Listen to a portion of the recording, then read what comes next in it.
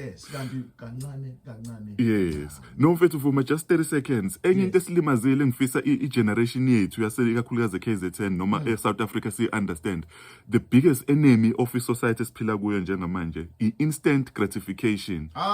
Zonke izinto zabantu ziyashesha, but we are missing this one thing of getting your roots deepened. Because wonke umuntu une-instant success right now. Khona lento abayibiza nge-delayed gratification. It's when uhambe uyohlala e-rest for 3 years mfethu ufunda abangani bakho izinto zabo ziyabahambela kahle. Ubuye uzolala e-kitchen. I'm talking about uThulane right now. Ngikhule mfethu ngilala e-kitchen makuvalwe i-tertiary. Ngilala e-kitchen ngijonjwa izingane ngiphinde ngibuyele e-rest. Kancane. Today we have what we have. Omunye ufundela ukuba udokotela. Ekhaya ziyawindonga but mfethu kancane. Small steps mfethu, you will get there. Awenze nje na. Pole. That's powerful. Angazi wena ngikhuluma ezinye